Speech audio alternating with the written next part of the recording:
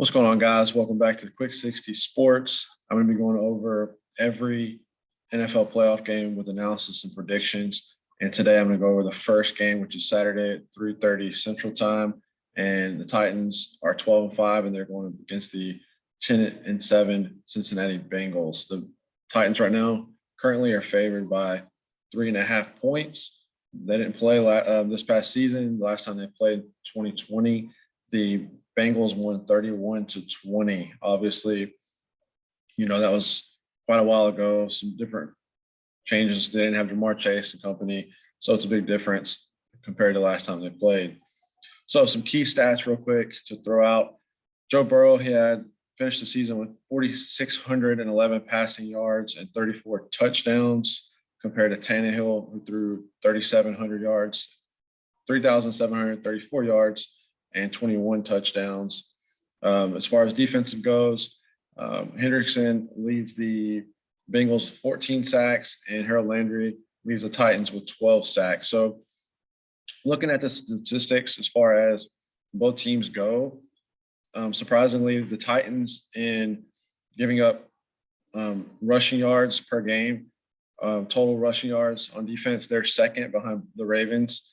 And, that's really good because the Bengals, they can do both. They can run the ball and throw the ball pretty effectively with Joe Mixon and Joe Burrow on offense. So the Bengals are going to have a hard time getting anything going on the ground against the Titans, I believe.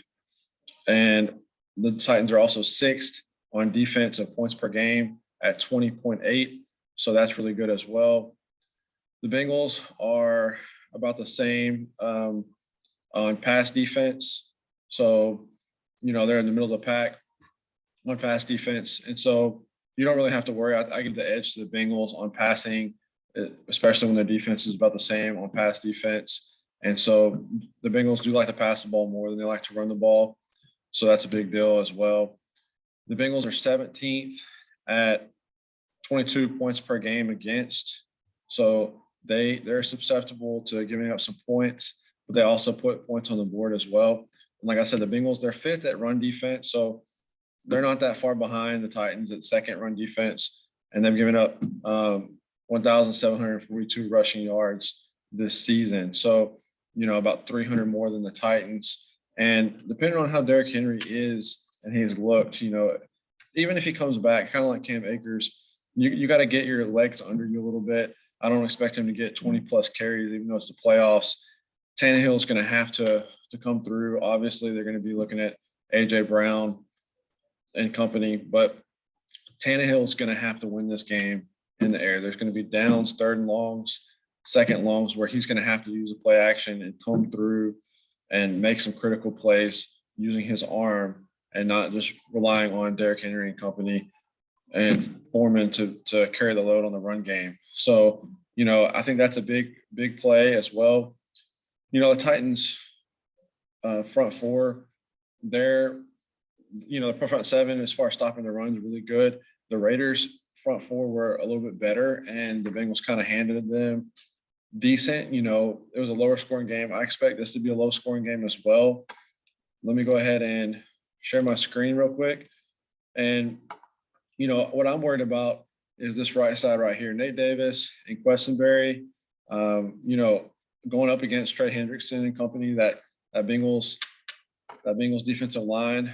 I think that could be a big issue for the Titans. If they can't get the run game going, everybody says, the Titans can run the ball, that Derrick Henry's back, all this stuff. But the Bengals, like I said, they're fifth in run defense. They're not any scrubs on run defense as well. So it's going to be really interesting to see.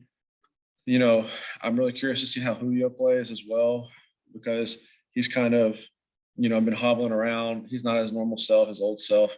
And I expect Louisier to lock up A.J. Brown. They're going to probably double him or bracket him. So Julio's going to have to come out and play big and look for Tannehill to look for him in the tight end off play action early and often.